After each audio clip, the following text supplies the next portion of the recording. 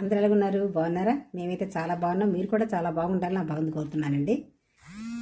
ఈరోజు వంట వేగంగా అయిపోయింది. పప్పుచారు, దొండకాయ ఫ్రై చేసుకున్నామండి. మా కోడలే వండింది. ఈ పప్పుచారుతో దొండకాయ చాలా అదిరిపోతుందండి. చాలా బాగుంటుంది. నాకైతే చాలా ఇష్టం పప్పుచారుతోని ఈ దొండకాయ వేపుడు. ఈరోజు అయితే వేగంగా ముస్తాబు అయిపోయినండి. వీడియోలు తీసుకోవాలనే ఉద్దేశంతో వేగంగా ముస్తాబు చేసుకున్నాండి. ముస్తాబు అంటే నేను ఏ మేకప్ క్రీమ్ కానీ ఏది వాడనండి. ఎప్పట్లాగే పాండ్స్ పౌడర్ అంతే. ఒరిజినల్గా అందం ఉండాలి కానీ మేకప్లు వేసుకొని వచ్చే అందం కాదు. ఎంత అందంగా ఉంటే అంతగా కనిపిస్తే చాలు. పాండ్స్ పౌడర్ రాసుకున్నాను, కాటికి పెట్టుకున్నాను, చక్కగా బొట్టు పెట్టుకున్నాను, నుదురికి బొట్టు పెట్టుకుని పాపిడి చేలో బొట్టు పెట్టుకున్నాను. తర్వాత నైటీలతోనే అప్పుడప్పుడు వీడియోలు తీస్తుండేదాన్ని కదా. అయితే ఆ నైటీ మీద చున్నీ వేసేదాన్ని అనుకోండి. ఈరోజు అయితే డ్రెస్ వేసుకున్నాను. ఈ డ్రెస్ కొని 6 మాసాలు అవుతుంది. డ్రెస్తో వీడియో తీద్దాం ఉద్దేశంతో ఈ డ్రెస్ వేశాను. దీని మీద చున్నీ ఉందండి. చున్నీ లోపల ఉంది. అందాక వేసుకున్నాను. మళ్ళీ వెళ్ళి తీసుకురావడం బద్ధకం వేసింది. మీకు వీడియో తీద్దాం తొందరలో చేసేస్తున్నాను. ఇప్పుడు భోజనంకి వెళ్తున్నాను, చూస్తారా. మా వారైతే నిన్న నైట్ డ్యూటీ చేసి తెల్లవారి 6 గంటలకు వచ్చారు. ఇప్పటి వరకు 12 వరకు పడుకున్నారు. కనీసం టీ కూడా తాగలేదు, లేగలేదు. నైట్ డ్యూటీ చాలా కష్టం అండి ఏదైనా సరే. అయితే 12 గంటల స్నానం చేసి దేవుడికి దండం పెట్టేసి ముందే భోజనం చేసేసారు. తెల్లవారి నుంచి ఏం తినలేదు కదా, అన్నం తినేస్తానన్నారు. భోజనం పెట్టేసాము. భోజనం పెట్టిన తర్వాత నేను మా కోళ్ళు భోజనం కూర్చున్నాం. మా మనవరాడు కూడా వాళ్ళ తాతతో పాటే భోజనం పెట్టింది మా కోళ్ళు. నేను మా కోళ్ళు ఇప్పుడు భోజనం చేస్తున్నామండి. ఈరోజు వెరైటీస్ ఏంటంటే రైసు, కొద్దిగా బిర్యానీ, దొండకాయ కూర, పప్పుచారు. ఈరోజు మాత్రం పర్ఫెక్ట్గా కుదిరింది. చాలా బాగుందండి. దొండకాయ వేపుడు అయితే చాలా బాగుంది.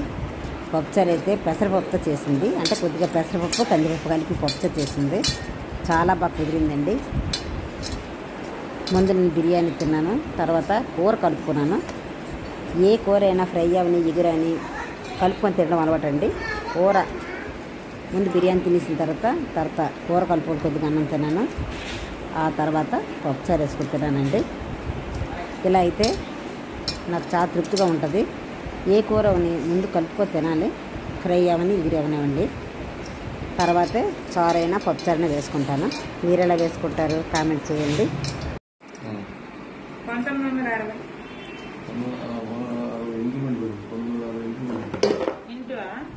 ఇంక్రిమెంట్ పెట్టండి.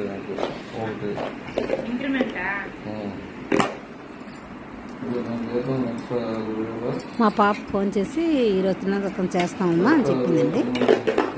ఎందుకంటే గత ఆదివారాలు అవ్వలేదు. ఈ ఆదివారం చేస్తాను తిన్నదత్తం అని చెప్పింది. మంచిదేనమ్మా, కార్తీక మాసంలోనే తిన్నదత్తం చేయడం చాలా మంచిది అని చెప్పాను. ఏ నెలైనా చేయొచ్చు, కానీ కార్తీక మాసంలో చేస్తే ఇంకా మంచిది. మేము 2 వారాల క్రితమే, అంటే ఈ కార్తీక మాసంలో 2వ వారం తిన్నదత్తం చేస్తాను కదా, మీకు వీడియో కూడా పెట్టాను. అయితే ఈ వారం మా పాప వాళ్ళు చేస్తామన్నారు. ఈరోజు ఈ ఆదివారం ఈరోజు చేస్తున్నారు. చాలా సంతోషం అండి. మా పాప వాళ్ళు కూడా ఈ కార్తీక మాసం ముఖ్యమైన దినాలు ఉపవాసాలు, వండుకోవట్లు, తర్వాత దేవాలయ దర్శనాలు, దీపారాధనలు అవి వారు కూడా ముఖ్యమైన దినాలు చేస్తున్నారు. నెలంతా పాటించడం అంటే కష్టం కదా.